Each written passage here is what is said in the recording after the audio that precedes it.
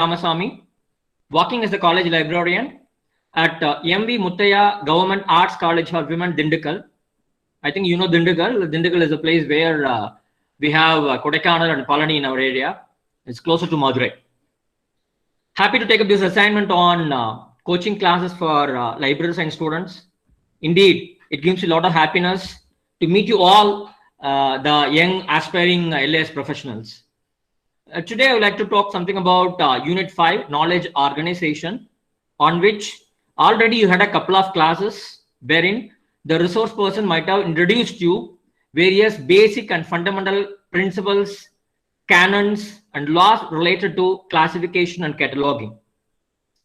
Actually, Unit 5 is about knowledge organization, an important job of any library: acquiring, organizing, storing, preserving, and disseminating the knowledge, and keeping this knowledge for the use of upcoming generations too.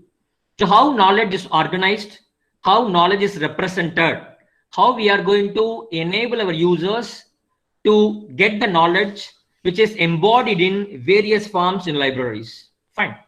And this today's session, I'm going to talk about various standards that are available for bibliographic record formats and description. And here we would like to throw more light on the following formats: ISBD, International Standard for Bibliography Description; MARC 21, CCF, Common Communication Format; RDA, Resource Description and Access; FRBR, Functional Requirements for Bibliographic Records; and BIF frame, Bibliographic Information or Initiative. Fine. So maybe first 45 minutes, let me give an introduction to all these concepts. The last 45 minutes, we will have some questions I have prepared and I have taken from various sources. We'll discuss about those questions. Fine. In between, if you want to ask me anything, you are most welcome. You can unmute yourself and you can pose your queries. Fine. So we talk about bibliographic record format. So let us understand what is a bibliographic record. It is nothing but, say for example, you're having a library or a database, many items are available. For any particular a specific item, you are preparing an entry. So in this entry, you are going to give full description about a particular item. Maybe a book, maybe a journal article, maybe a bound volume, maybe a conference volume, maybe an electronic resource, whatever it may be. And this full description about an individual item, you are going to present it using a particular bibliographical format. Fine. So that is what we call as bibliographic record. Previously, we had court catalogs. Nowadays, we have all these online and electronic catalogs. According to Unisys Reference Manual, a bibliographic record is an item which has got a collection of information about a particular document, which is set in a particular structure, a logical structure for easy retrieval. Fine, good. You know what is a bibliographic record format? It is a format. So whenever you want to describe a particular bibliographic entity, you need to give a set of formats, a structure. See, this is the first one, this is the second one, this is the third one. This is the order in which, and these are the items you need to use to describe a particular product, a particular book, a particular journal, whatever it may be. So that kind of format which tells you about the structure or arrangement of various information related to a particular entity is called as bibliographical record format. Basically, two types of formats are there. One is internal and another is exchange. Internal format is a format designed by an individual librarian using his LIS software in his library to suit his own or her own individual requirements.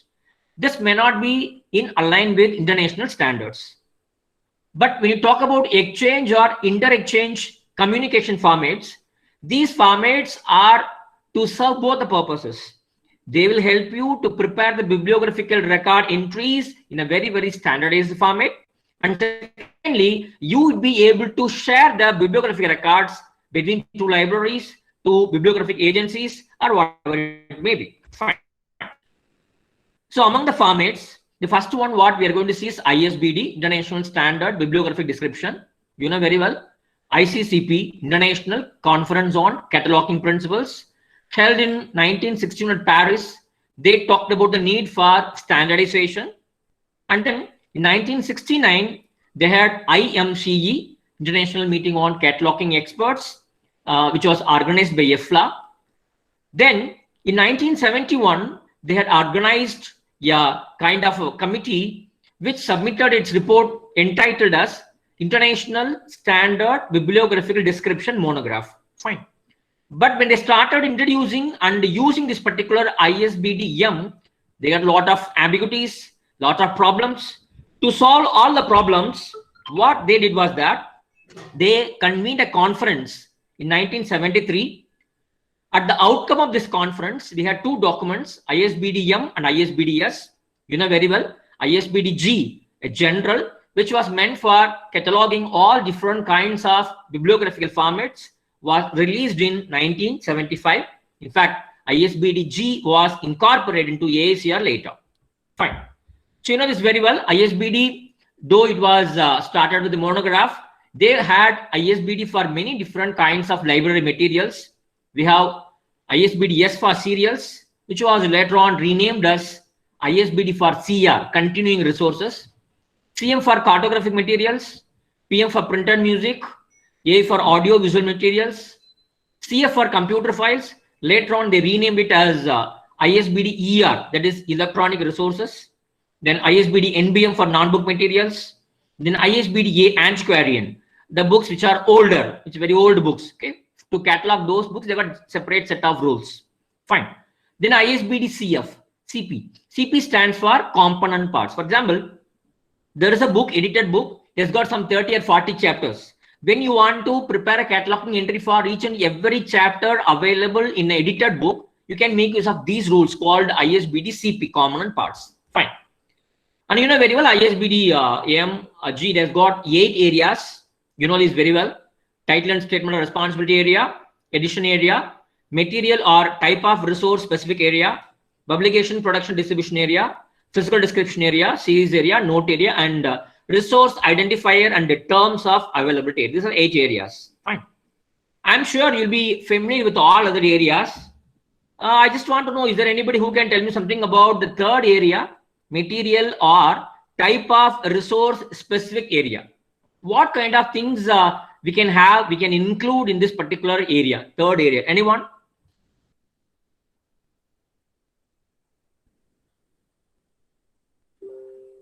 Or what kind of details about the book are entered in this third area? Any idea? Anybody?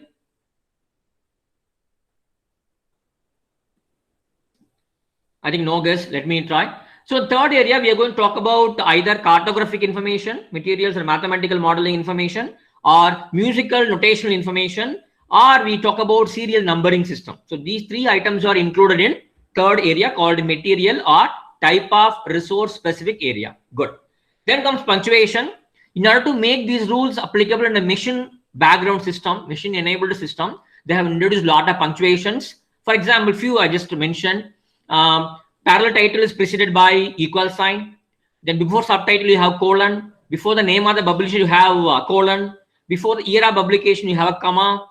And if you've taken something from other sources, see AACR says that these are the chief sources of information from where you have to get all the required information for preparing your catalog. If you take any information from other than that chief source of information, and that is to be given within square bracket, that is information taken from outside. Fine. These are the few punctuation marks. Then capitalization and abbreviation. You know very well, the ISBD in AACR, we have got all the 8 areas. Every area will start with the first letter. First word should be in capital. If you are not knowing the place of publication, you can make use of the abbreviation SL. If you don't know the name of the publisher, you can make use of SN. For illustration, .ILL. For centimeter, CM. So these abbreviations can be used. Good. Though we had many number of ISBDs, they had a striking point in 2007 when they thought that why shouldn't we combine and prepare a consolidated single ISBD for all kinds of documents. So that is why in 2007 they brought out the preliminary consolidated edition of ISBD, which was revised in 2011. Why I want to say about 2011, 2 points are there. One is in 2011 edition, there is something called the General Material Designation, GMD. You are all knowing about it. GMD is given after the title, in the title and the statement of responsibility area. That concept of GMD is removed from ASIA, from ISBD from this 2011 edition onwards. And apart from that, you know, normally ISBD has got 8 areas, but in the consolidated edition, they introduced a 9th area. So what is the name of the 9th area?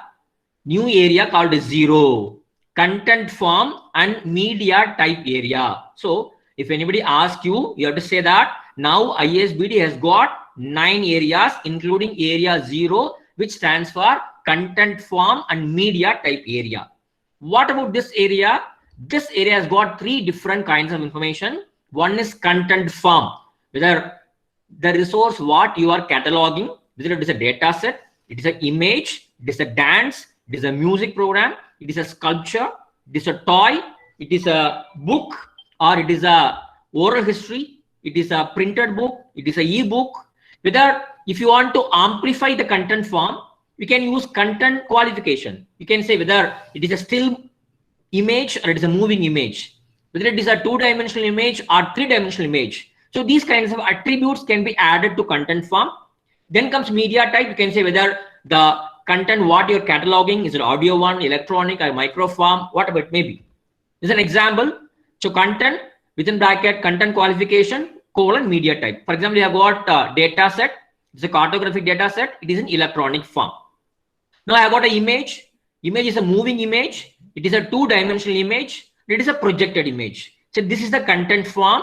This is a content qualification, and this is a media type, and this is a new area introduced in ISBD. Fine.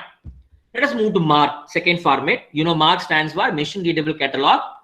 In machine readable cataloging, we are trying to automate the cataloging process using various tags, subfields, and fields. Fine. Why have they introduced MARC? Very simple. We want to avoid the duplication of work, and we want to facilitate a better sharing of resources among the institutions. And we would like to ensure that institutions are getting reliable cataloging data. And even when you are moving from one software to another software, you can make use of MARC. Fine, good. So, you know, MARC was introduced by Library of Congress long back in 1966, a project which was participated by 16 libraries. Then MARC 2 in 1968. The purpose was they would like to create a single common format to catalog the bibliographical information for all forms of documents. Good. Okay. How a machine readable catalog is going to work is very simple. If you take a book, we would like to describe a book.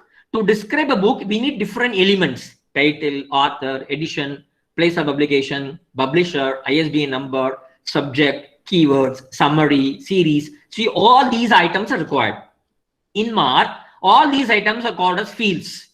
Many fields are a field for title, a field for author, a field for edition, a field for so on and so forth. So many fields are there. Whenever there is a need, every field is again deepened by various subfields. Subfields. For example, if you take title, the field title will have many subfields: main title, parallel title, or equivalent title, or variant title. So these are the subfields for the main field called the title. So we have fields, we have subfields. In MARC format, each and every field is coded with a three-digit number called tag. For example, the tag 100 stands for personal main entry, 245 stands for title information, 250 stands for edition statement. This goes on this way. So normally we say that we have some signpost, textual signposts. We have author's name, then you write the name of the author. Title, then you write the name of the title. In MARC format, we are going to use not just this textual signpost called personal name, title, and the statement of responsibility. Instead, we are going to use only tags. Okay, 100 is a tag for personal name, main entry. 245 stands for title and the statement of responsibility. Is it clear? Fine. You can ask me a question. Sir, you told 100 is a tag which denotes a particular field. What about these two characters? One hash symbol, then one dollar symbol is there, one A is there. So what does it mean? Let us discuss about that. See, after the three-digit tag code, there are 2 character positions. It is not 14. First character position is 1. Second character position is 4. Okay. These are known as indicators. There are 2 indicators for every field. The first indicator 1 denotes that, so this person is mainly responsible for the thought content of this particular source being cataloged. You have to prepare the main entry under this particular person. Okay. And if you want to prepare the adder entry, then his name can be included or title can be included in the tracing section. That is the information we derive from this particular indicator 1. Then what is 4? 4 is the non-filling character. It says that whenever you are going to write a title, you are not going to consider first 4 characters. If you take the Emperor's New Clothes, the name of the book, whenever computer is going to include it for the purpose of retrieval or access, they are not going to add first 4 characters. T, H, E, space. These 4 characters will not be considered at all for filing purpose. So only Emperor's New Clothes will be filed everywhere. So this 4 stands for non-filing character, second character position. Good? Okay. Then as I told you, every field may have subfields, 1 or 2 subfields. If you take 300, physical description area, it has got 3 subfields. You can see here, for the field 300, 2 hash symbols are there. That means that both the character positions are not defined or not used. This dollar symbol stands for delimiter. It will differentiate one subfield from another subfield. We have got 3 subfields: $A, $B, $C. A, B, C. Okay. It stands for small English alphabets. Sometimes even numbers are used. The first subfield stands for number of pages. Second subfield tells you whether it is the book has got some illustration, there's got some color plates, all those things. And third subfield says how many centimeter, what is the dimension of the book, whether any accompanying materials are included. Fine. So this you can have subfield and subfield codes also. So in general, in Mark, we have tag, a 3-digit tags. We have fields, we have subfields, we have indicators, and these 3 are collectively called as content designators. These designators are used in Mark to specify a particular content. Fine. As I told you, a tag can be, a subfield can be either repeatable or non-repeatable. So for example, if you take one particular field called subject keyword, it can be repeatable. For a single book, you can have as many keywords as you need. In that way, the field is non-repeatable. Okay. It all depends on your interest to decide whether a particular field is going to be repeatable. That is, it can be occurred again and again, or it can be non-repeatable. Fine. So when you talk about mark, many different variants of marks are available. We have US mark, we have UK mark, we have Unimark. 3 different kinds of marks are available. In US mark, the structure is we have leader, we have directory, we have variable control field, and we have variable data field. If you take UK mark, we have record label, we have directory, we have control field, we have variable data field. This is a general structure. And there's something called Unimark. In 1977, IFLA tried to create a universal mark, international mark. They created in 1977. But according to our syllabus, we are going to talk more about Mark 21, a standard which was born out of the combination of 2 international mark standards called US mark and CAN mark, Canadian mark. And this can be used both for producing bibliographic records in your library and also for exchanging your records with other organizations. Fine. When you talk about Mark 21, Mark 21 provides you 5 mark formats: bibliographic format, authorities, holdings, classification, and community information. And who maintains Mark? Library of Congress. Fine. And out of these 5 different mark formats, first format is meant for bibliographical material like books, journals, and all. And second format is meant for holdings, where they talk about what is the number of volumes or issues available in your library, or the coding of libraries where this particular information is available. That is holding data. And third kind of mark is meant for authority data, wherein they tell you very specifically what is a term you have to use for defining a name or a place or a subject. Authority data. I think you know about authority data. Then comes mark format for classification data, where they provide all kinds of cataloging rules and provisions. And there is a mark format for community information, where they tell you how you can prepare kind of cataloging records for community events, community programs, community services, which can be added as a part and parcel of your opaque. So these are 5 different kinds of Mark 21 formats. Fine. So let us discuss in detail about Mark structure. See, Mark has got 4 important components. The first component is called as leader. Fine. So leader is the first part of any Mark record. The leader has got 24 characters. 24 characters. And each and every character has got a role to play. For example, if you take character 00 to 04, 5 characters, they tell you the record length, total length of the record, it tells.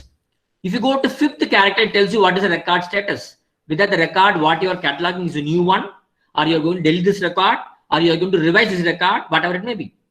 Character 6, 6th position, it tells you whether what type of record you are cataloging.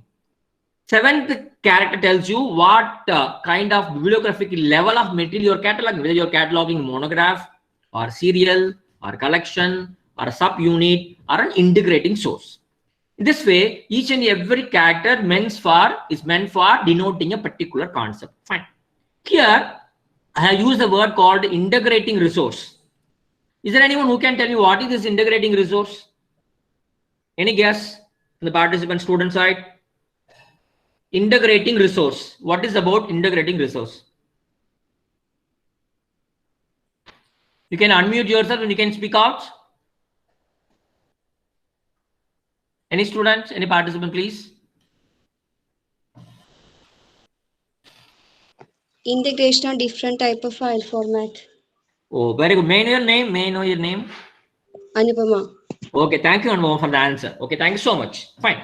Please understand, integrating resource is a resource which is not static in nature. It keeps on getting updated. See, if you take a database, if you take an institutional website, a repository, here the resources are being added every day. The quantum quality of content keeps on changing, keeps on increasing. That is called as integrating resource.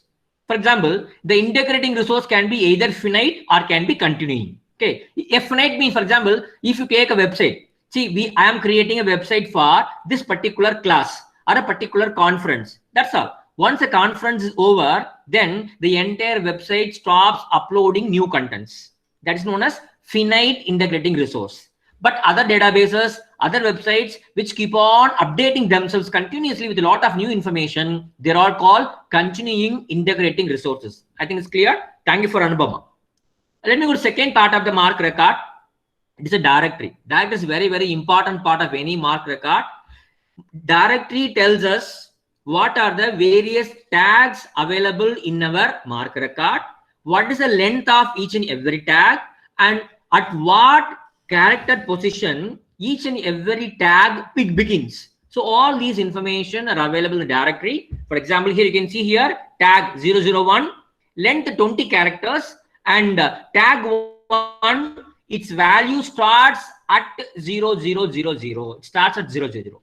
If you take tag 003, it's got 4 characters length. It starts at 20th position. So it tells about these 3 things. Fine. Good. Then comes 008, what is known as control field or fixed length field. It has got 40 characters. It has got all this information. For example, the date on which you enter details on the file, whether the file has got illustrations, who is the target audience of this particular material you are cataloging, what is the form of the item, what is the nature of contents, whether it is a dictionary or a handbook or a thesis. Is it a government publication? It is a conference publication. It is a drama, novel, or essay. See, all these information can be codified in 008 field, which does not have any indicator or any subfield. Fine. The fourth one is data field, where you are going to have data for all other entities like title, author, edition, series, notes, ISBN number, subject headings, all those things. Fine, good. And this is a typical example of Mark record. You can see here the first 24 characters, it's known as record label or leader. Then comes directory, directory 001. It is a tag 0020. That means this particular tag has got 20 characters, and then 0000. That is starting position of first tag is 0. Then comes second tag 003. It has got 4 characters. Length of second field is 003 is 4 characters. 0004, 4 characters. And the starting position of this particular tag is 000. I'm sorry, 00020. That means at the 20th character, the second field is going to start, because the first character has started as 0. It might have ended at 19. So the second tag starts at the 20th character position. This way, the directory gives an index of all the tags and fields you use in mark record. Fine. Then after the record separator, we have control field. After the control field, here starts the actual data field, where you'll be able to see the ISBN number, whether it is a paperback or hardback, what is the name of the author, the year of birth of the author, the name of the book, subtitle, then comes edition statement, then place of publication, then publisher, year of publication, the number of pages, illustrations, centimeters, then notes, then subject ratings. This is a typical mark record. Fine. Why I'm giving this much of elaboration is that in the forthcoming slides, I'm not going to discuss much about the components of a record. Fine, good. Then comes CCF, Common Communication Format, a format which was designed by UNESCO so that the bibliographical records can be exchanged between groups of information agencies and libraries. Okay, so they had an international conference and symposium in 1978, and in the symposium they formed an ad hoc committee to prepare a work on common communication format, a computer amenable format which can be used for preparing and exchanging all kinds of bibliographical data. Fine. The first edition of CCF was published in 1984 under Peter Simmons and Alon Coppins as the editors. And the second edition was published in 1988 in 2 volumes, CCF-B, Bibliographic Information, CCF-F, Factual Information. Good? Okay. And please understand, Common Communication Format is based on ISO 2790 format. Fine. And the structure of CCF, once again, 4 different parts. Record label consisting of 24 characters, then directory, then data fields, then record separator. Fine. If you see record label, once again, the same 24 characters. The directory here, 14 characters. Please understand, in mark, we had 12 characters for a particular entry in a record. Here we have 14 characters.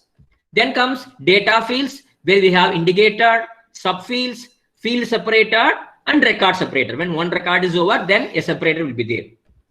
Okay.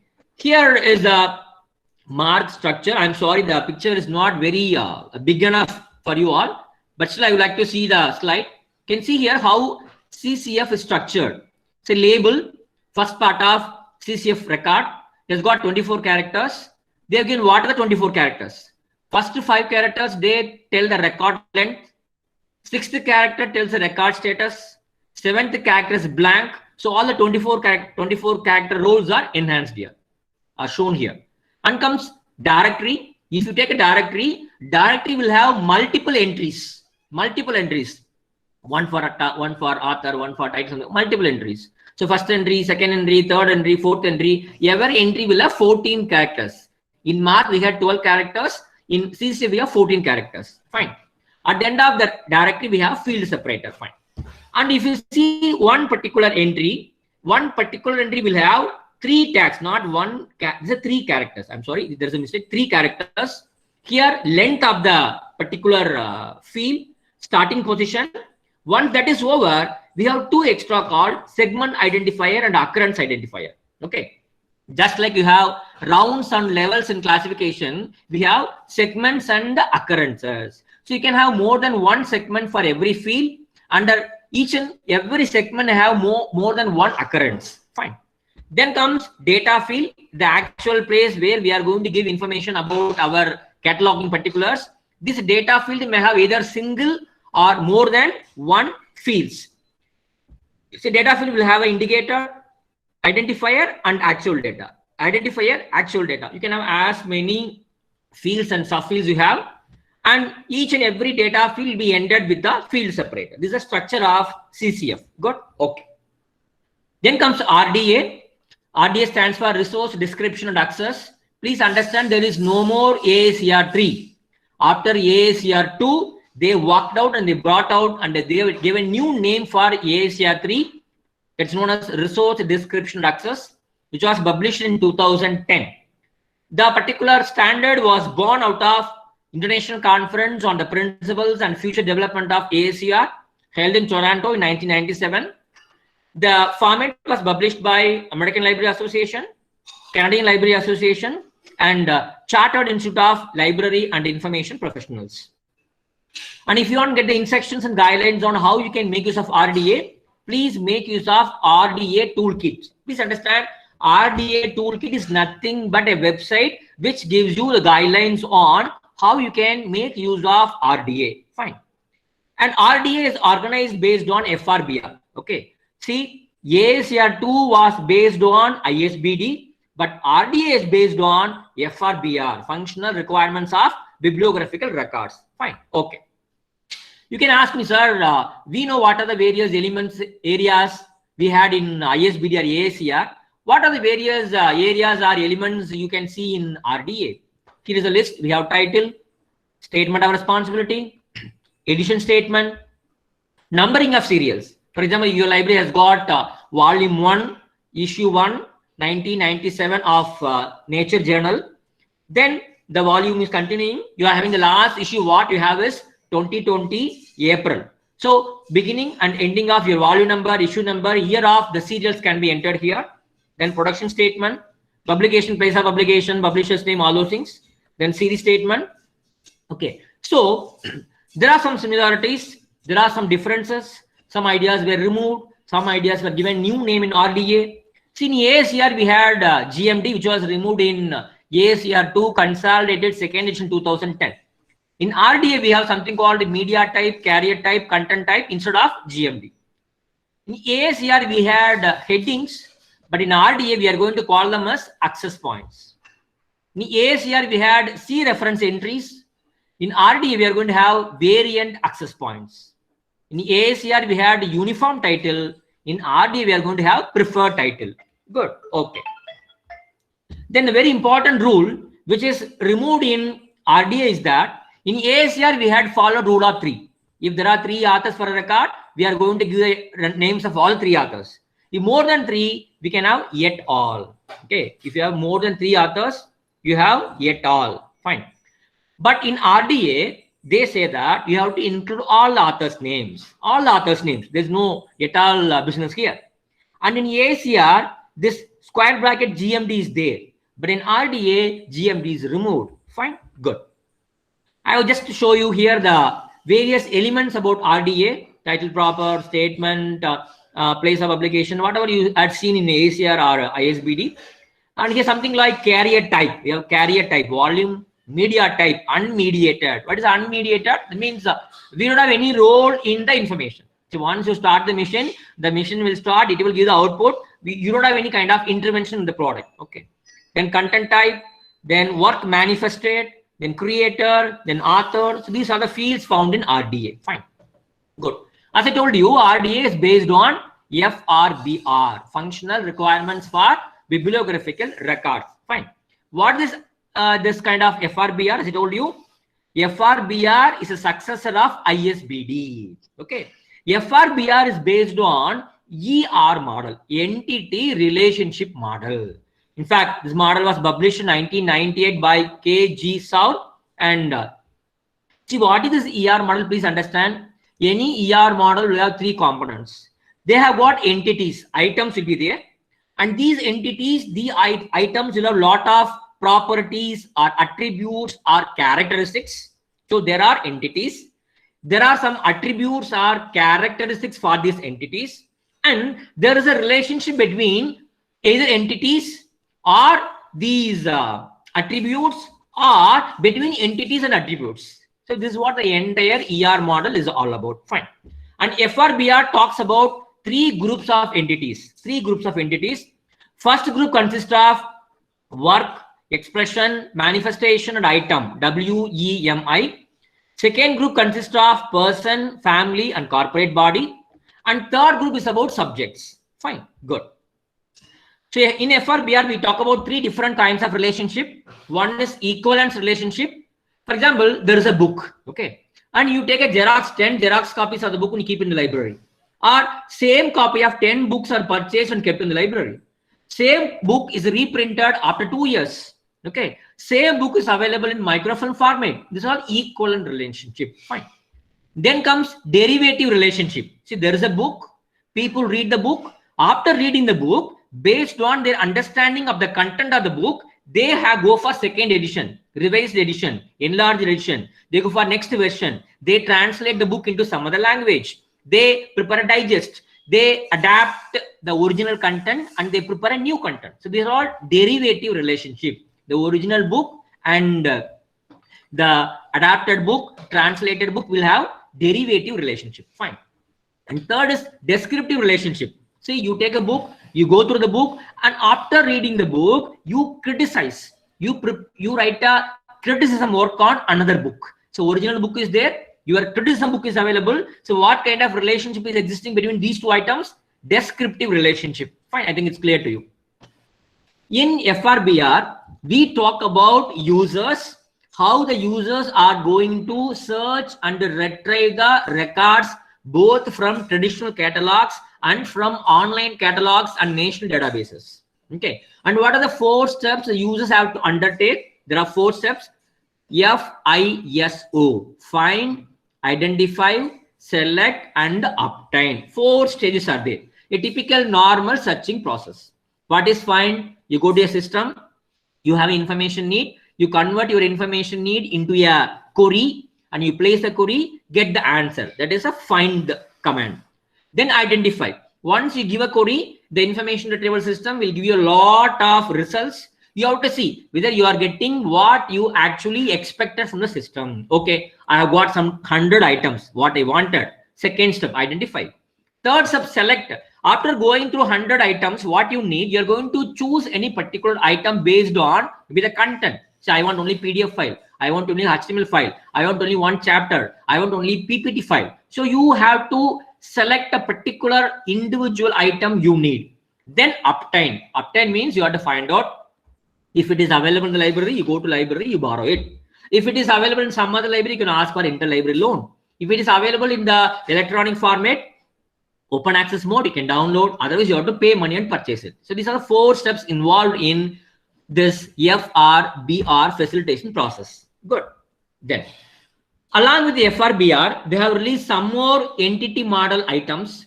FRAD, functional requirements for authority data, which was previously called as functional requirements for authority records. This is also an entity relationship model, but they are providing authority data for authors and places.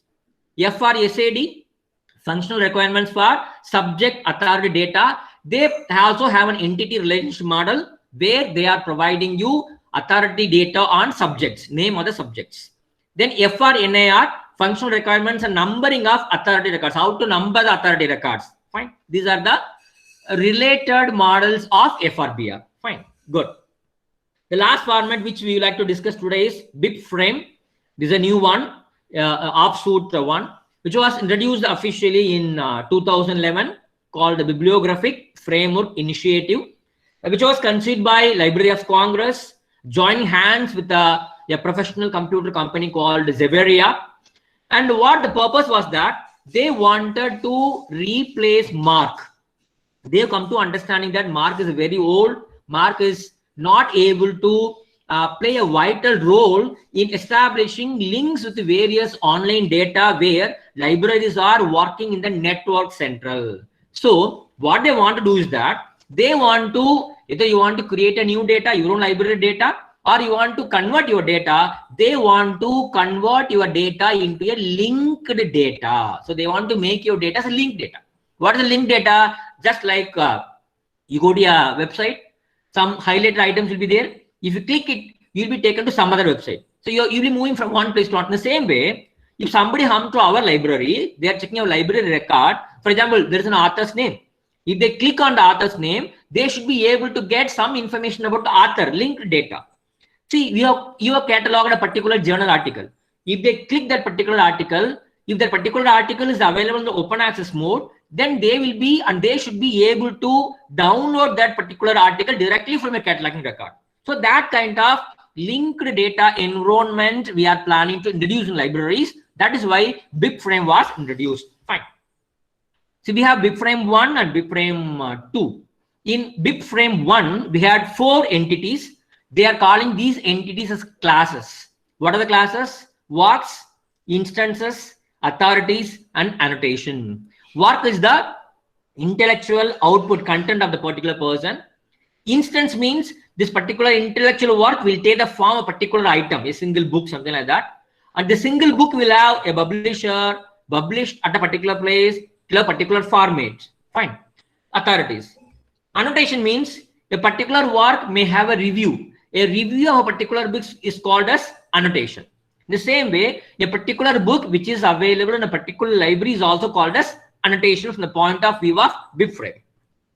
Later on, they found that when they want to introduce FRBR also into BibFrame, they have removed 2 items. What are 2 items? Annotations and authorities are removed. A new class, a new entity called items introduced. Okay, so now we have only 3 entities in BibFrame. I think some participants have unmuted themselves. Some noise is there. Kindly mute them, please. Thank you so much. So nowadays in BibFrame 2.0, we have only 3 classes: work, instance, and item. What are they? See, very simple. Whatever you study in ISBD and ASAR, we are going to group all these items under different headings. That's all. Nothing new. See, for example, title of the book. Okay, whether it is author, person, organization, or meeting. What is subject? Whether it is an event. What kind of book is that? What is the audience? See, all things are included as work. Fine. In BibFrame. And they talk about the relation, expression, translation, adaptation, edition, series, all those things. Fine. Then comes instance. Instance, they take a particular book and they talk about the title of the particular book, and the author, format, extent, all those things. Then item means the call number of the particular book, the institution which is holding that particular book, and what is the barcode, ISBN number, ISSN number of the particular book. So these are included under item. So same information is splitted and organized under 3 different headings. Good. Okay. So to recap, you can see 3 important formats here: MARC, BibFrame, and RDA. In RDA, I've got 4 items: work, expression, manifestation, and items. So these are the 4 entities you can see in RDA model. If you take BibFrame, we are having work, we are having instance, we are having item. And to add these things, they introduce some more classes later in BibFrame. As far as MARC is concerned, you can see here MARC bibliographic format, MARC authority format, MARC bibliographic, MARC holdings, and MARC authority. So this is the relationship among these 3 different kinds of formats. Good. And see, you might have heard about special classification or depth classification. So general classification is meant for all the subjects. A specific classification, depth classification, is meant for a particular subject. The same way, BibFrame also, they started preparing special bibliographic formats for different items, like for art, for rare books, for profound music, for cartographic resources. They want to give an extension. They want to deviate from the main BibFrame, and they want to create a special BibFrame framework for all these different kinds of materials. So that is called as Bibliotech O. Please understand, Bibliotech O. Fine. So till now, I think we discussed about, in the first 45 minutes of the session, I discussed about all the very important bibliographical record formats and its structures, starting from ISBD, MARC, CCF, RDA, FRBR, and finally we talked about BibFrame. I think it's clear to you. So now I would like to proceed to a session where some questions are there. We'll discuss about that. Okay, good. In the first part of my question answer session, I collected questions from UGC examinations from 2017 to 2020. Whatever questions were asked about this particular 5.5, I have included here. Okay, let us discuss these questions first. Before I start discussing about these questions, if you want to have a 5 minutes discussion on whatever we had discussed so far, you want to ask something, you're most welcome, please. Before we start going through the questions, if you want to ask anything, if you want to supplement anything, or if you want to say, no, sir, this particular information is old one, I have got a new one, something like that, whatever you want to come and you want to ask some questions, you're most welcome.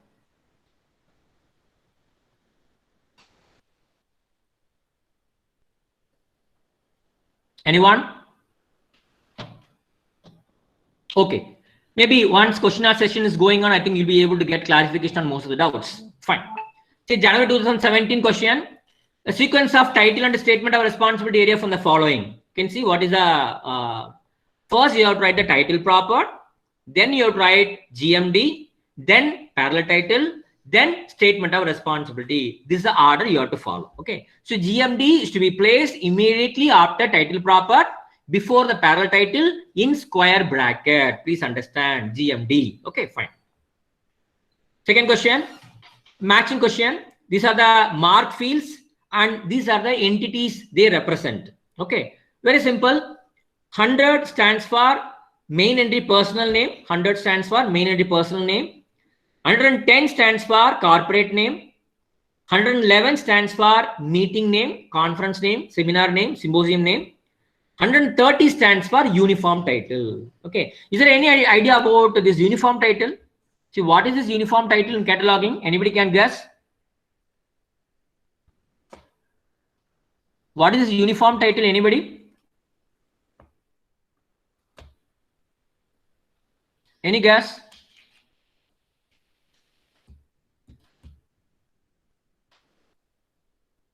No idea? Okay. So uniform title is a title which is used by a cataloger to describe a particular work which was not having title at all. Maybe a situation. Or same book title is having many variants. For example, My Experiments with the Truth, My Autobiography. These are the two different titles of Mahatma Gandhi autobiography. So when a title is having variants or in different languages, or one title is changed as another title as far as journal is concerned, in all these areas, you have to fix a uniform title. Okay, for example, Mahabharata, Ramayana, Quran, Bible, and all, you can have uniform title. Fine, good. Next question. To assertion and reason is given. In RDA, the rule of 3 to provide up to 3 authors is now the main instruction. Is it true? Is it true? Can you tell me, is it true? Do we have rule of 3 in RDA? False. No, thank you so much. The rule of 3 is removed from RDA. That means you have to include the names of all the authors in the title and the statement of responsibility area. Fine. So first point is wrong. Second point, RDA does not encourage access to names of persons and corporate bodies important to the users. So this is a false information. In fact, RDA encourages access to names of persons and corporate bodies. Okay. November 2017, not even a single question was asked from this 5.5. Okay, good. Then November 17, RDA is divided into how many sections? See, 10 sections. RDA is divided into 10 sections under 37 chapters. Good. Okay. Then FRBROO. So it's a new concept. FRBROO. See, you might have heard about object-oriented programming. A kind of programming where the concept and its relationship can be displayed. Okay. So, see, we have been seeing a lot of models based on this ER model, entity relationship model.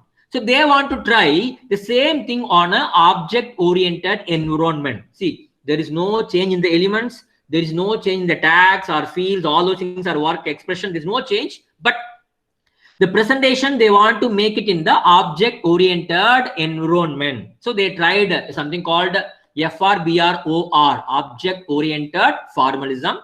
Volume 1 was based on FRBR. Volume 2 is based on 3 different models, FRBR, FRAD, and FRSAD. I think you remember the abbreviations. Functional requirements for bibliographical records, functional requirements for authority data, functional requirements for subject authority data. So Taking all these three models, they prepared FRBROO. Okay, object oriented formalism. Fine. Okay, here they ask you to arrange these access points as per the sequence given in ISBD. If you remember ISBD, the areas, 8 areas, now 9 areas, you can fix the sequence of these items. Do you remember? First, we have addition statement. Okay, addition. Then comes material specific details, third area. Addition statement is second area. Material specific details is third area. Then comes series area. Series area is the fourth, fifth, sixth area. Then nodes area is the seventh area. Fine. So this is the order. Good. Then see in mark field 264, which talks about publication, distribution, all these particulars. There they are making use of indicators. I told you every tag will have two indicators, 2-digit number. First digit is the first character position. Second digit is a second character position. Now they are talking about second indicator, second character position. Here, the second character position of 264 can be either 0, R1, R2, R3. So they are asking what is the meaning of all those things. So 0 stands for production statement, 1 stands for publication statement, 2 stands for distribution statement, 3 stands for manufacture statement. I think you remember about first indicator and second indicator I explained you. Good. Then comes July 2018. So they are asked you to match. Okay, here they have given the mark field. Here they have given the fields. They are asked you to match. Okay, can you guess? Can you guess? 020 stands for, any guess? ISBN. Exactly. So thank you so much for the answer. 020 ISBN. What about 250? Edition. Exactly. 440? Series. Exactly. 856? Electronic location and access. Obviously, there's only one left. Electronic location and access. Good. Thank you so much for the answers. I'm happy about it. Arrange the following entities according to FRBR model. I told you FRBR model has got 4 entities in the first group. WEMI, WEMI. Remember WEMI, WEMI. First work, then expression, then manifestation, then item. I'll explain all those things. Okay, I'll explain. Don't worry. Then December 2018, Unimark is a contribution of IFLA. Okay, you can make a note of it. IFLA tried to have International Universal Mark format in 1977. They tried. Then they had a first edition, second edition, but it was not a successful event. Fine. Then comes in FRSAR. Previously, it was called as FRSAR. Functional requirements for subject authority records. Now they changed it. FRSAD now. Functional requirements for subject authority data. This is also a entity relationship model. They have got 3 entities. They have got 3 entities. What are they? What are they? What are they? One is work. Second is thema. And third one, nomen or nomen, whatever you pronounce, no problem. So this particular model, which is meant for giving you the subject headings are the keywords for your cataloging entry. They have got 3 entities. Work, it tells you what is the name of the work you are cataloging. Maybe you are having a book called colon classification. That is a book. Fine. What is the thema? Thema means subjects. What are subjects? Colon classification is the name of the book. What are the subjects? You can have more than one thema for a particular book. Classification, colon classification, S.R. Ranganathan's contribution. So you are having 3 keywords, 3 subject headings for one particular book. There are 3 themas for this particular work. Good. And these themas can be in different languages in different wordings. For example, I am saying colon classification as a subject heading. But if you go to Library of Congress subject heading, if I go to Sears list of subject headings, if I go to thesaurus, they may use some other better words to express the subject. Or sometimes in some other language, colon classification may be written some other style. So there may be many nomens, many representation of the same keywords. They are known as nomens. So these 3 are the entities of functional requirements for subject authority data. Fine, good. I give an example. Now let us come back to the question. Which are the following entities have been introduced by FRSAD? How many are there? Out of 3, only 2 are there. Nomen and thema. Which is not there? Work is not there. Strings and integers are not the entities of FRSAR model. Fine. Okay, good. I think you are clear with this. Then comes matching of. See, I told you in the mark, in the leader, record label section, 24 characters are there. Each and every character is meant for indicating a particular item. The left side of the question, you can see the character position. The right side, they are asking you to match it. 002, 004, first 5 characters. They talk about record length. 6th character, type of record. 7th character, kind of data. 8th character, type of controls. Even those 24 characters and their indication should be learned by you. There's no other go. Okay, good. Then comes A and R. Resource description and access lacks potential to revolutionize library cataloging in spite of its expansive element sets and variables. This is a false, because RDA is capable of including and expanding lot of elements for describing any kind of bibliographic item. So assertion is false. Reason: RDA is primarily designed as a content standard. That is correct, because RDA is a content standard, because it is going to help you to describe the content of a particular resource, maybe a book or a chapter or e-resource, electronic book or a video, audio. A particular resource's content is going to be described using RDA rules. That is true. Okay, I think it's clear. July 2019, they're asking, so when you talk about mark, what are the 4 different parts of mark? Okay, there are 4 items are there: check digit, leader, directory, record, terminator. Which one of the following form the part and parcel of mark record? I think you will agree with me, except the check digit. In mark record, there is no check digit. We have leader, directory, and of course a record terminator, the end of the record. Good. December 2019, asking about UK COR. You might have heard about this. UK Committee on RDA. Who supported this committee? Okay, in fact, CILIP, Chartered Institute of Library and Information Professionals, and British Library, they supported the formation and running of this committee on RDA. Good. Then comes, which are the following are the high-level classes or entities in the BIP frame model? I told you, a BIP frame model has got 3 core classes. See, in FRBR, we indicated them as work, expression, manifestation, item, all those things. But in BibFrame, we are having 3 classes. Okay, they are known as entities, but in BibFrame, they are called as classes.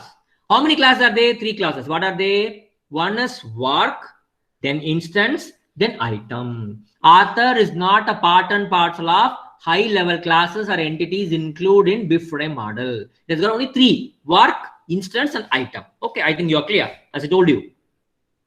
Then universal bibliographical control is one activity. International mark, Unimark, is another activity. Who carries out these 2 activities? Obviously, it is IFLA, International Federation of Library Associations and Organizations, if I'm wrong. If I'm right, I think. Okay. Then comes CanMark and USMark are merged. Okay. So when Library of Congress, when they wanted to create Mark 21, what they did was, they have taken CanMark, Canadian mark, they've taken US mark, they merged both the marks and they created Mark 21. Okay, good. ISBD was created and maintained by IFLA. You know it very well. Okay, very simple question. This again the same question they are given in the next year also, BibFrame 2.0, work, instance, and item, because it's very simple. This new syllabus was introduced only in 2019. So only from 2019 and 20, you have some questions on BibFrame and the FRBR and all. So try to get more ideas on these 2 concepts. Good. Then comes UK Committee on RDA, what and all they were trying to do, what are the aims and all. It's a very theoretical question, you can read, no problem. Then June 2020, they're asking, see, in 2019, they asked you what are the 3 classes of BibFrame.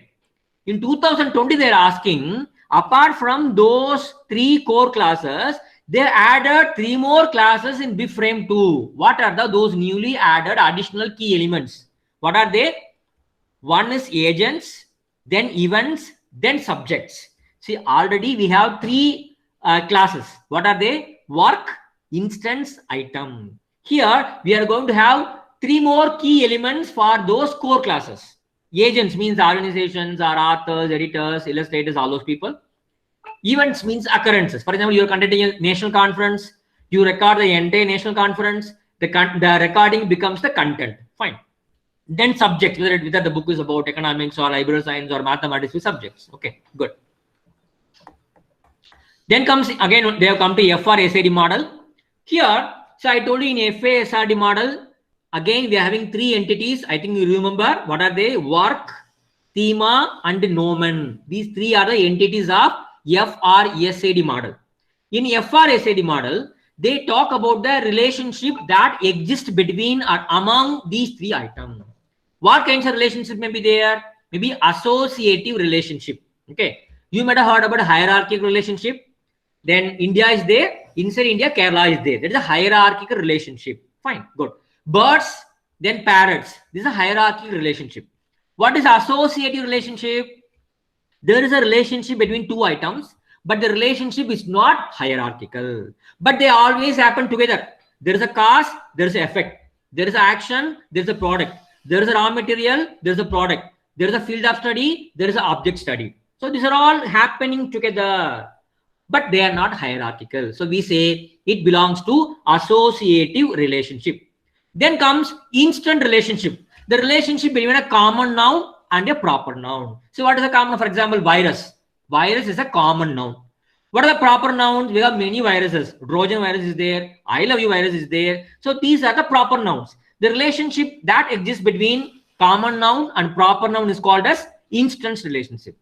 Then comes generic relationship. That means, as I told you, all parrots are birds, but all birds are not parrots. Not all parrots are pets. Not all pets are parrots. So this kind of logical relationship of inclusion, how one particular item is included or not included in a whole, that relationship is called as generic relationship. Fine. Then comes perspective hierarchical relationship. For example, if you take an insect, one insect may belong to only one species, nothing more. But the study of the insect can be from many perspectives.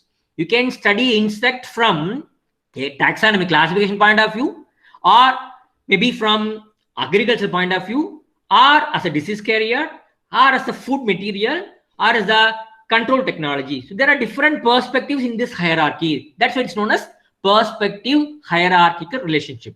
Now let us go back to the question. Okay, what does the question ask you? They say that the themes, the subjects are semantically or conceptually connected. They are co-occurring, but they are not hierarchically related. Then what kind of relationship is that? It is associative relationship. I think you got an idea of FR-SAD. Good. Then comes last question. ISBD now contains how many areas? Previously 8. Now we have 9 areas. Good. What is the name of the area? Area 0, content form and media type. Okay, good. So far, I have taken questions from 2017 to 2020 of UGC NET exam question papers, and we had a glance of all these questions. Now, remaining minutes, I have prepared some general questions on all these bibliographical standards. Let us see them one by one. Okay, I think still we have 25 minutes to discuss. Maybe I will discuss these questions for 20 minutes, and the last 5 to 10 minutes we'll have some kind of question and answer session. Okay, good. First on the ISBD. What is the role of ISBD? See, please understand. ISBD tells you what are the various elements required for describing a particular bibliographical entity. First thing. Secondly, okay, elements are there. What does it say? Second, how these elements are to be ordered. What is the first element? What is the second element? What is the third element? Okay. And thirdly, it tells you what is the punctuation marks you have to use in arranging these elements. So ISBD tells these 3 things. Okay, good. Second question. You have to match. You can match. Okay. ISBD CF stands for. Please, you can tell me. ISBD CF stands for. Computer files. Exactly. Computer file. Thank you so much. CM stands for. Cartographic material. Exactly, cartographic materials. Geographic ER stands materials. for Electronic resources. Electronic resources. resources. What is the previous name of ISBD ER? Can anyone tell me? What is the former previous name of ISBD ER? I told it in my session. ISBD CF. ISBD computer file is renamed as ISBD ER. Okay. NBM, you know, non-book materials. Thank you so much.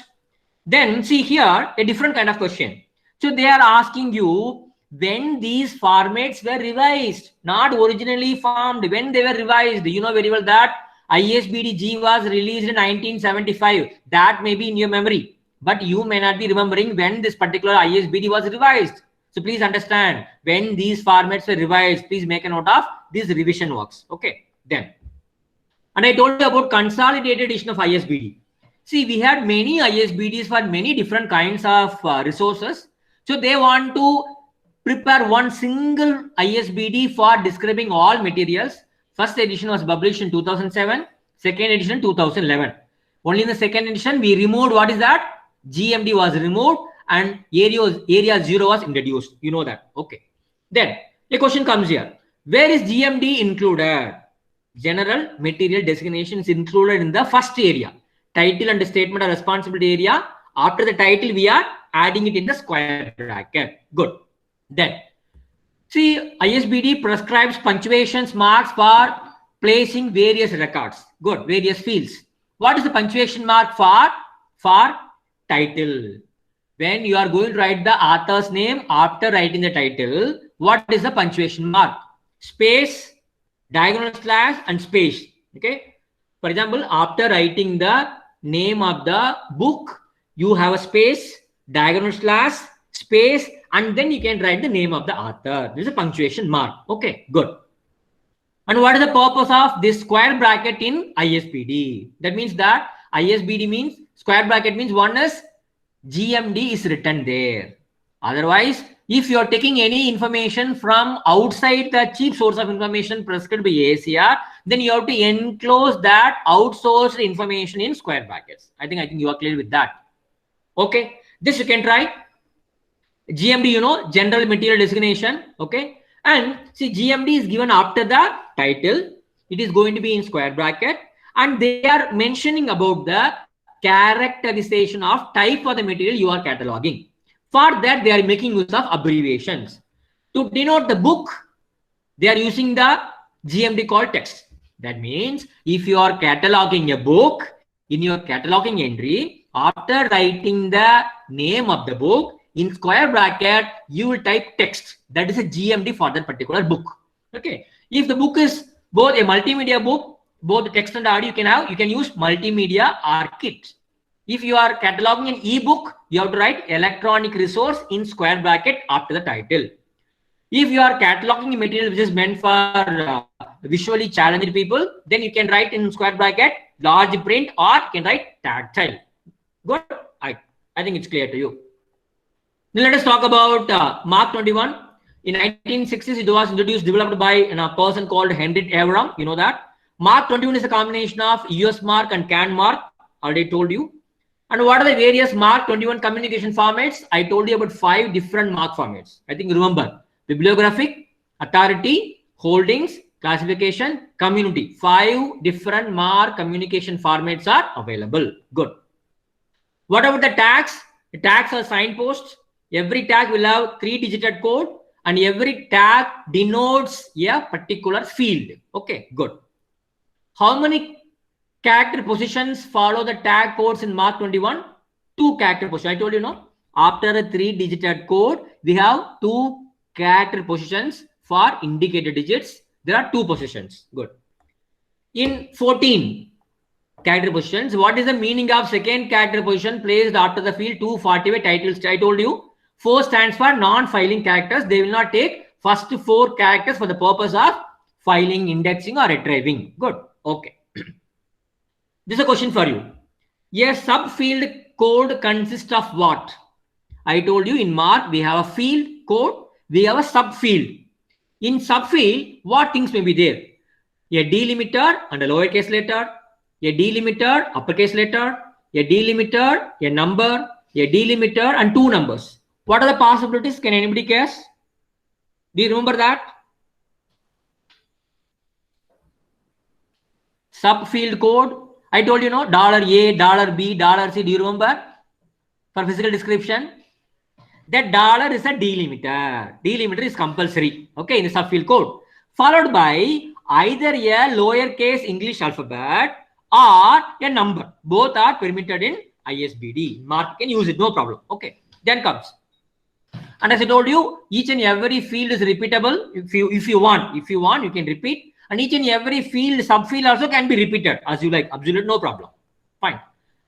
Then in mark format, leader position, how many characters will be there? 24 positions will be there. That you know very well. In the leader position, 00204 talks about record length. Already we discussed about that.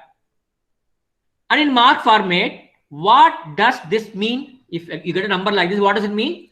First 0503 digit stands for tag. 050 is a particular field. Next 4 digit, they tell you what is the length of this particular field. 11 characters, this length. Then 00054 stands for starting position of this particular tag. You should be able to understand this. Okay. Then what about the control field? I told you controlled field is also called as fixed field. It's got 40 characters. They carry information about the record and they begin with 0 as a digit. Okay, this we already discussed. Fine. Here, see in mark we have 002099. Those many tags are there. But out of them, how many tags are really used for cataloging and classification data provision? The tag from 1112 to 999. These tags are used for entering a typical classification and cataloging data in mark 21. Okay, good. And here they started introducing RDA also into mark. Okay, how? They have introduced 2 new fields in mark to encode RDA data. What are the fields? 336 and 337. I told you, no, 336 stands for content type, whether it is a text or not. 337 stands for media type, whether it is unmediated or mediated. So even in mark, they are trying to include and incorporate RDA elements. Okay, fine, that you need to understand. Okay. Then in mark 21, how many classification numbers are there?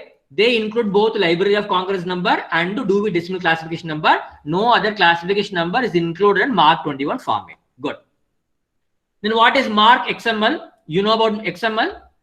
Anybody can tell about XML? What is it? What is XML? Extensible markup language. Exactly. Thank you so much.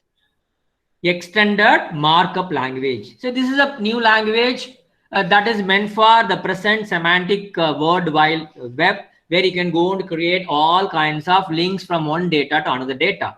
Even now, they tried for marks XML. So mark 21 is going to be available on XML standard. Just developed by Library of Congress, so that any software, any application that can read XML will be able to read our mark 21 data also. That is the purpose behind this.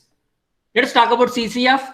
Who developed CCF? You know UNESCO. I did not tell you about it. They had an international symposium on bibliographical exchange formats held in Sicily 1978. And this particular symposium was coordinated and organized by these 4 agencies. Please make note of all these abbreviations: UNIBID, ICSUAB, IFLA, and ISO. What is the purpose? They wanted to see to what extent various cataloging formats available in this world can be compared and a new format can be formulated. That is why they held symposium in 1978. Good. And you know, as I told you, CCF follows ISO 2709 format. Good. Okay. And CCF, what they're doing is that now and then they have users meet. The libraries, the institutions which are making use of CCF will be meeting in a particular place to discuss about the problems they encounter in implementing CCF. The first CCF users group meeting was held in 1989 at Geneva. Please make a note of this. Okay, fine. You can ask a question, sir, I have got some problems in implementing CCF. What kind of guide I can refer to? Very simple. There is a manual, there is a guide called implementation notes.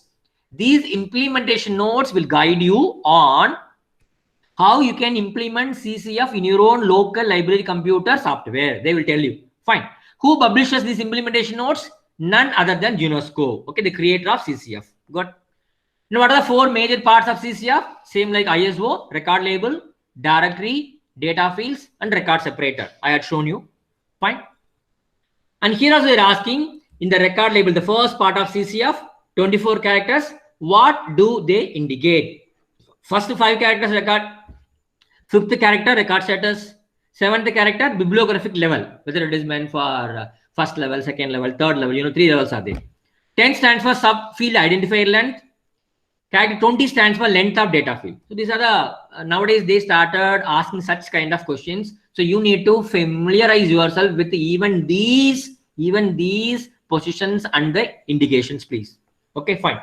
Then in the record label, how many positions are left blank? 6, 8, 9, 17 to 19, 23, all are left blank in CCF record. Good. And in directory of CCF, 14 characters are there. What are they? First 3 are tags. Next 4 are length of the field. Next 5 are starting character position. 13th character is segment identifier. And 14th character is occurrence identifier. You need to remember these 14 characters. Fine. The same thing as I told you. I just skip this. Okay. Okay, I can skip this. Let me go to next one. FRB, very important one. Next 10 we'll discuss about FRB. So what are the basic facts? Who developed the FRBR? IFLA study group on functional requirements for bibliography records. It was published in 1998. It is making use of ER model. Good. See, FRBR model is following top-down approach. What is a top-down approach? So first they will list all the fields required for describing the content of the record. Then they talk about the properties. That means first they talk about the title, author, then last they talk about how many pages, what is the size of the book. So this is a top-down approach followed by FRBR model. Fine. As I told you, 3 groups are there in FRBR: Group 1, Group 2, and Group 3. In Group 1, we are talking about the intellectual or artistic content of the. If you're writing a book, what is the actual intellectual content? What is there inside the book? That content is being discussed in Group 1. In Group 1, there are 4 entries. You can you will remember WEMI, work, expression, manifestation, and item. I told you. Okay. Now I would like to give a small example on this WEMI. Okay, very simple. See, for example, Agatha Christie is writing a novel. What is the name of the novel? Murder on the Orient Express. This is the name of the novel. Okay. This original content, the real work, what he has written, maybe in his piece of paper, diary, in his paper, that is known as work. That is work. Intellectual content of the author is called as work. Okay. After that, what he has written is going to be published. How? Either he will publish it in English text, or it will be translated into Spanish, or it will be published as a comic book, or the story can be published as a video. So a particular work will have many expressions. The work is expressed in a particular format. That is called as expression. So textbook is one expression. Comic strip is another expression. Video is another expression. So one work can be expressed in any number of forms. Absolutely no problem. Harry Potter, same book is available in a printed edition. Same book is available in electronic edition. Same book is available in a movie form. So that is the expressions. Good. And one expression will have many manifestations. If you take Harry Potter book, one book, the book is published in 2010 by one company, 2011 by another company, 2013 by another company, 2015 by another company, electronic form. So these are all the different manifestations of one expression called individual book. That individual book was published in many authors, many publishers, in many years they publish it. That is known as manifestation. Fine. Then what is the item? Item means one individual book what you have in your library. See, for example, Harry Potter and the Philosopher's Stone, written by J.K. Rowling, published by Bowker & Co. in 2014, second edition. This particular item is called a item in FRBR. So please understand the difference among these 4 items: work, expression, manifestations, and entities. Please understand this. I'll give an example which you can go through later. Okay, then I told you entity relationship model talks about the relationship existing among the entities. So what kinds of relations are available in FRBR among the group owned entities? We have one-to-many relationship. We have many-to-many relationship. Both are there. One work, many expressions may be there. Many expressions will have many manifestations. One-to-many and many-to-many. Apart from that, there are other types of relationship called work-to-work relationship, expression to expression, item to item. These are all other kinds of relationships you can see in FRBR. Okay, you need to understand. Then, okay, let me go to attributes. See, attributes means, as I told you, every entity will have an attribute. Okay, every entity. Entity can be either work or expression or manifesting item. They all will have attributes. Attributes are characters. They are something like subfields. They are something like subfields you use in mark. Okay, they are going to describe the entities. How many attributes are there? Categories of attributes are there. We have got two different categories of attributes in FRBR. One is first category, another is second category. First category talks about physical characteristics. Second one talks about assigned one. You are assigning number, classification number, or one music composed in score number. You are assigning those numbers comes under second category. Fine. And the attributes required for first group are taken from many different sources. So from all these sources, FRBR borrowed the attributes and used them in FRBR record formulation. Good, good. How many attributes are there? Work has got 12 attributes, expression 25 attributes, manifestation 38 attributes, item has got 9 attributes. The reason why I give more questions on FRBR and CCF, all those things, that these items were introduced recently. In the forthcoming examinations, more questions are expected from these few areas. That is why I'm spending a little more time on explaining the new concepts regarding FRBR and all. Okay, good. Then comes group 2. So group 1, they talk about persons, families, and corporate bodies. All kinds of authors are discussed in group 2 in FRBR. Good. What are they? Persons are there. Authors, illustrators, translators, meetings, conferences, government bodies, all are included in group 2 in FRBR. Okay. And what are the attributes for a person? 4 attributes are there. His name, date of birth, title like Professor, Sir, other designation, Junior Abraham Lincoln, or King 4, something like that, those kind of designations. Fine. For a corporate body, you've got some kind of attributes called name, number, place, date, all those things are. Okay. And subjects are covered in FRBR group 3. Fine. Okay. Let me spend a couple of minutes on FRBR group 3. In group 3, we are having 4 different kind of subjects: concept, object, event, and place. Okay. There are 4 entities found in group 3. Concept means physics, chemistry, biology, botany, all concepts. What is the object? Object may be either living things or non-living things like Statue of Liberty, White House, something like that. Event means event, a historical event, Battle of Panipat or Waterloo or First War of Independence or Assassination of Indira Gandhi, those historical events. Then place. A place can be subject, Glasgow, Bermuda Triangle, a book on Kerala, a book on Trivandrum. So these are all the subjects. Fine. Okay. Okay, fine. Let me move a bit faster. Okay. This, abbreviations. Okay. And what are the user tasks in FRAD? I told you in FRBR, 4 tasks are there. FISO, find, identify, select, and obtain. The same way in FRAD also 4 user tasks are there. FICJ, find, identify, contextualize, and justify. Okay, good. These are things. Okay, last 2 minutes I talk about RDA. RDA has got 10 sections into 37 chapters.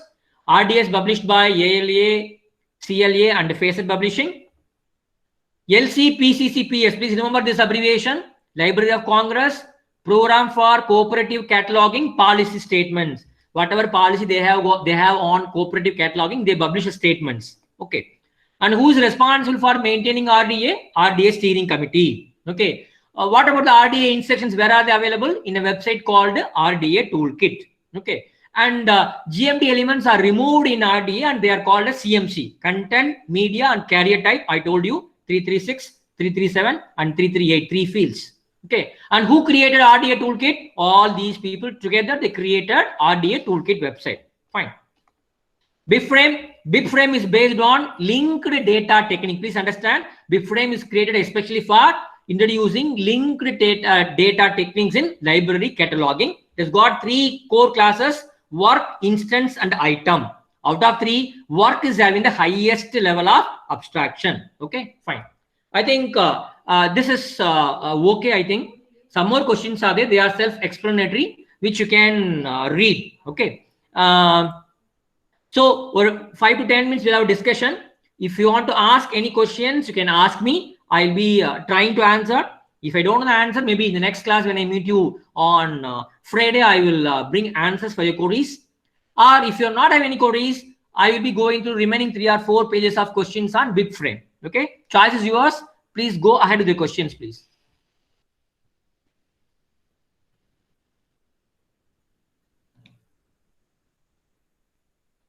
Any questions?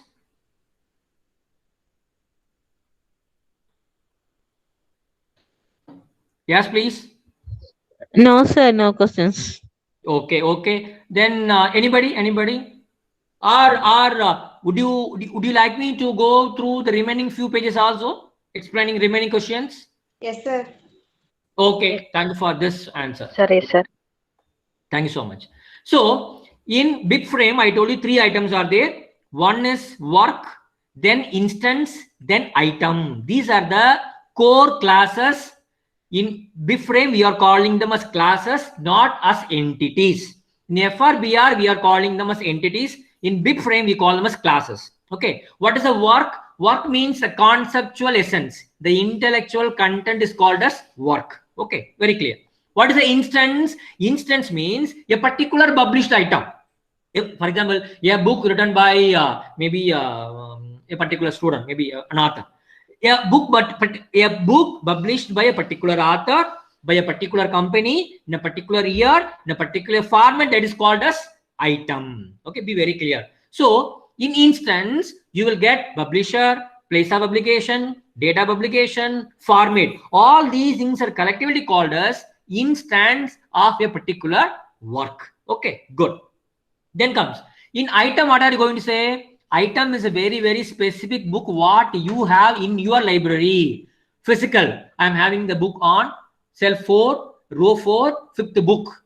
Shelf mark or barcode number. This is my accession number of this particular book. You are specifying the particular book you have in your hand. That is called as item in BibFrame. Okay. The BibFrame has got 2 things. One is BibFrame database. Another is BibFrame editor. See, database is a place where, see, whenever you keep on adding description for each and every entry, every item you are cataloging, all these descriptions will be stored in BibFrame database. So description is equal to the process of preparing cataloging entry for the book. Fine. What is a BibFrame editor? Editor is the place where, as a cataloger, you will go and describe the resource. Using all the rules and regulations, you are going to describe the resources. That editing area is called as BibFrame editor. Okay, good. In the BibFrame editor, 2 different fields are available. One is dialog field and the other is direct entry field. What is the difference between these 2 fields? In direct entry field, you go, there's a text box, you go and type, matter is over.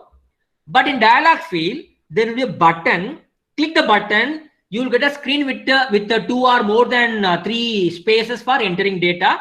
Sometimes you have to choose from the drop box or lookup, or sometimes you have to type. So that kind of fields are called a dialog field. Good. Then in BibFrame, 2 things are, one is template, another is profile. See, I think you remember in ISBD ASR 3 levels are there. First level description, second level description, third level description. First level description, very limited number of items meant for school libraries. Second level, college libraries. Third level meant for research institutions. Same way, in BibFrame also you're having 3 different levels. Those levels are called as templates. Please understand. What is a profile in BibFrame? See, if you go to mark, you have mark for monograph, mark for serials, like that. No, the same way, BibFrame also can be created specially for monograph, especially for music, especially for serials, especially for cartograph materials, especially for audios, especially for sound recording, especially for so this kind of creation A specialized format for a specific item is called profile in BibFrame. So please understand the difference between template and profile. Okay.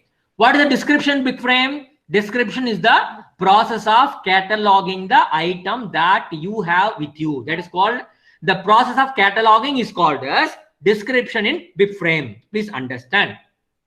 And in BibFrame, there's a button called post. That means that after you fill all the particulars, you click on post button. That means that you have completed cataloging the particular item. This description will be added in the BibFrame database. That is the meaning of post button. Okay.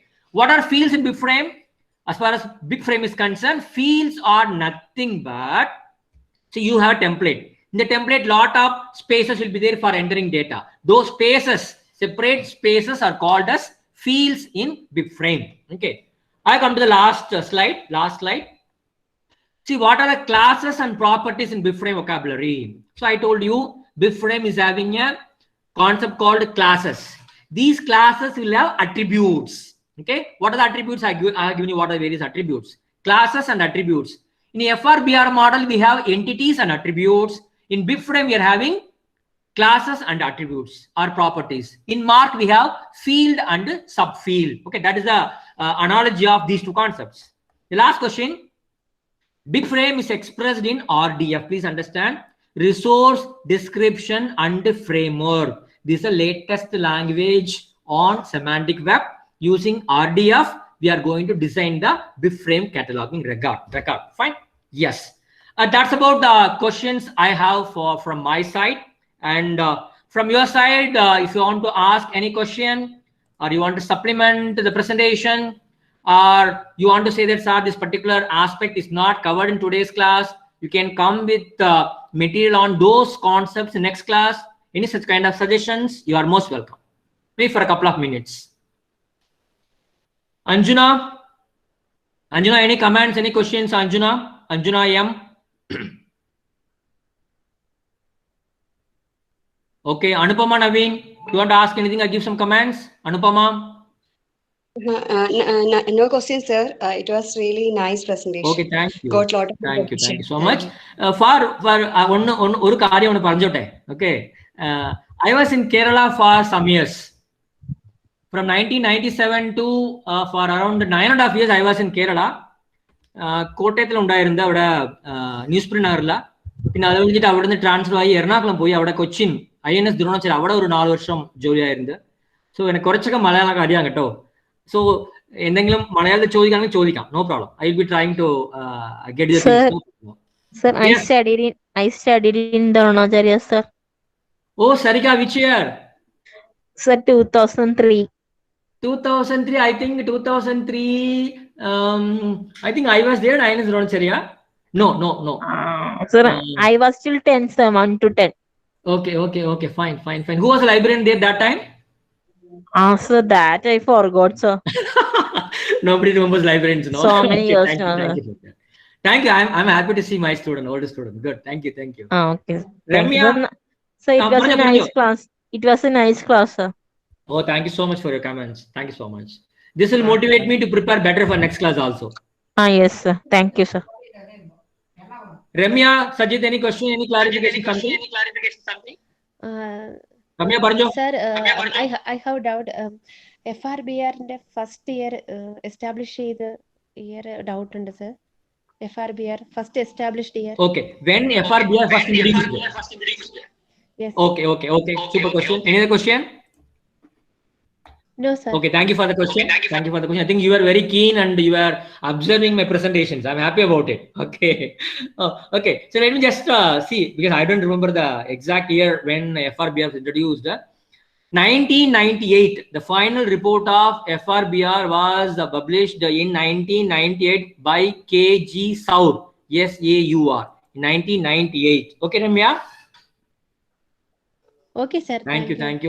Nice class. Sujana, Jayachandran, you have got some question to ask me? Ramya, Vandana, Meera Ravindran,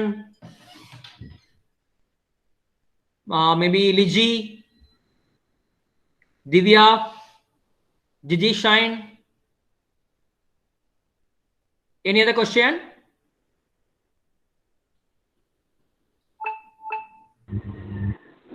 No, sir. Vandana wants to say something. Please, Vandana, go ahead. Sir, thank you for your class. Very nice. We got more information about this section. Okay, thank you so much. My humble request is that these are the new areas. Say FRBR, RDA, big frame are the new areas. Okay, so more questions will be asked from these areas. So try to concentrate on these newly formed areas and learn things that will be helping you to score better in your examinations. Sir, excuse me, sir. Sarika, please go ahead. Sir, do you know Malaysian sir, sir? Malaysian sir. Malaysian sir is in Dindigul where I am working now. I was working with Malaysian sir 4 years in INS Dronacharya. Sir is in Dindigul now. Sir, when I was in 10th, sir was our class teacher. Oh, great, great. Sir is my neighbor, just 2 kilometers away from my house. Yes, sir. Very nice, Sarika, talking to you. Okay, sir. Thank you. Okay, thank you. Hello, sir. Yes, please, Anjuna, please go ahead. Anupama. Anupama, please, Anupama Naveen, please go ahead. Sir, I attended your course, means SPSS course conducted by me, Maya Publications. Oh, wow, that is great of you. How was the course? It was really nice. I got interest, but not did much means much course on that. That was my first SPSS. Plus, I want to learn more. You can learn more. You can ask me. I will help you out. No problem. Okay. Okay. Can you give your contact number so I can contact you if I have it? With pleasure. I think captions present now. Let me go to chat box. 1 minute. Excuse me, sir. Yes, please go ahead. May I know who is on the line? Sir, I am Liji. Liji, please tell me. Go ahead. Sir, can you explain some more points about RDF, the last one? Okay, fine. See, RDF is a language. Okay, it's a kind of just like XML, just like HTML. So, what is the purpose of introducing all these languages? See, in Web 2.0, I'm sorry, in Web 1.0, we had only static web pages, not hyperlinked web pages. So, when they wanted to introduce a kind of hyperlinked web pages, where the user will be directed from one page to another page very easily, just on a single click, they started developing hypertext markup languages, HTML.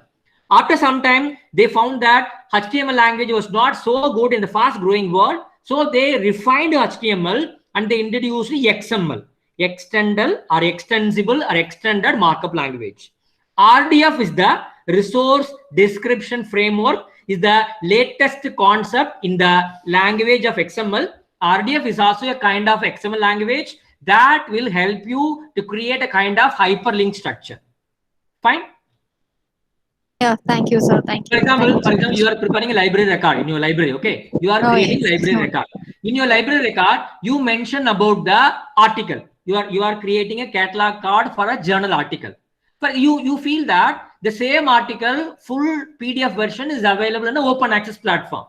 So what you are supposed to do, you can give a link to that. You can link this particular article from your catalog. Users should be directed so that they'll be able to go and download the entire article which is available in the open access mode. To do so, you need to create a type of hyperlink for your cataloging data and the article available in the open access platform.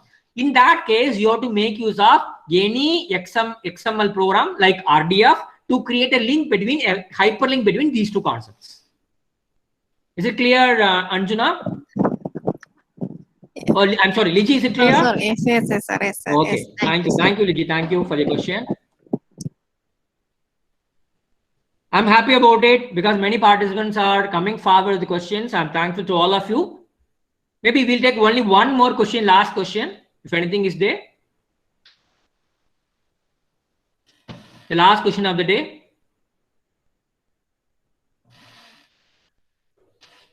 Sir, the 11th one. What is the 11th one? Actually, I don't know that, not remembering, but I just noted the number. 11th means you mean 11th question or? 11th question. Okay. That means from the UGC net examination questions, isn't it? Yes.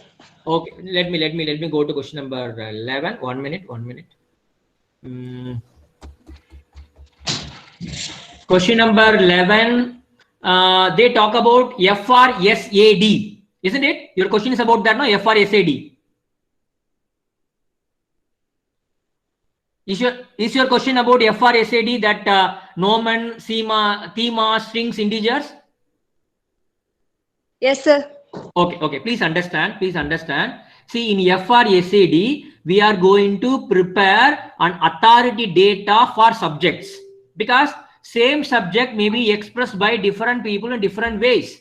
But in a library, you should have a uniform practice of describing a particular subject using a particular controlled term, which is available in a controlled vocabulary. So to decide on authority data, they have developed an FRBR model called FRSAD, Functional Requirements for Subject Authority Data. This is an entity relationship model. 3 entities are available. One is item, second is thema, third one is nomen. These 3 are the 3 entities of FRSAD model. Item means the book what you have in your hand for cataloging, for which you need to prepare subject headings. Okay, I think that is clear to you. What is thema? Thema means themes. What are the subject headings you are going to use to describe a particular book? For example, I'll give an example. There is a book written by Stephen Hawking, you know, A Brief History of Time. This is the name of this item.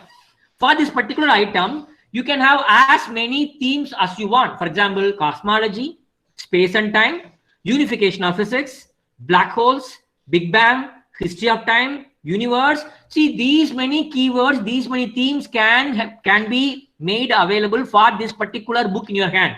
See, all these are subject headings. In FRSAD, we say they are all thema. They are all themas. Okay. Then what is nomen? See, if you take a particular theme called cosmology, the term cosmology may be the term you created in your local library. But if you refer to Library of Congress subject headings or Sears list or a thesaurus, sometimes same subject headings may be represented by some other word, a better way in some other control vocabularies. Or same word can be expressed in different way in different languages. For example, you have a library where visitors are both from Tamil Nadu and Kerala. Sometimes you need to have the same headings in making available in both Tamil and Malayalam. In that kind of situation, you should have a nomen. Nomen is nothing but a set of characters, alphanumeric characters or symbols or signals that are used to create a kind of template for understanding these different kinds of different ways of expressing the terminologies. Okay, fine. So altogether, these 3 will help you to find out and fix and keep ready authority data on subjects for your library. That is the purpose. Am I clear to you? Yes, sir. Thank you. Okay, thank you so much. Thank you so much. I think it's already 8:45. So shall we wind up the session? Administrator is available. Amridal.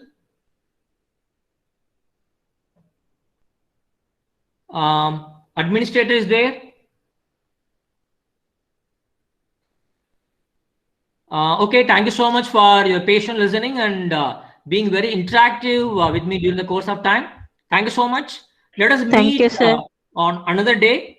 I think Friday Thank we are you, meeting sir. again with the next set of data. Okay, thank you so much. Thank you, sir. Okay, thank you, sir. Thank you, sir. Thank you, thank you, thank you so much. May I talk to the administrator, Amrital. Yes, sir. You are Amrital? Amrit. Amrit. Okay. Thank you, Amrit, for your technical assistance. Thank you so much. Okay, thank you. May I leave the session? Yeah. Thank you.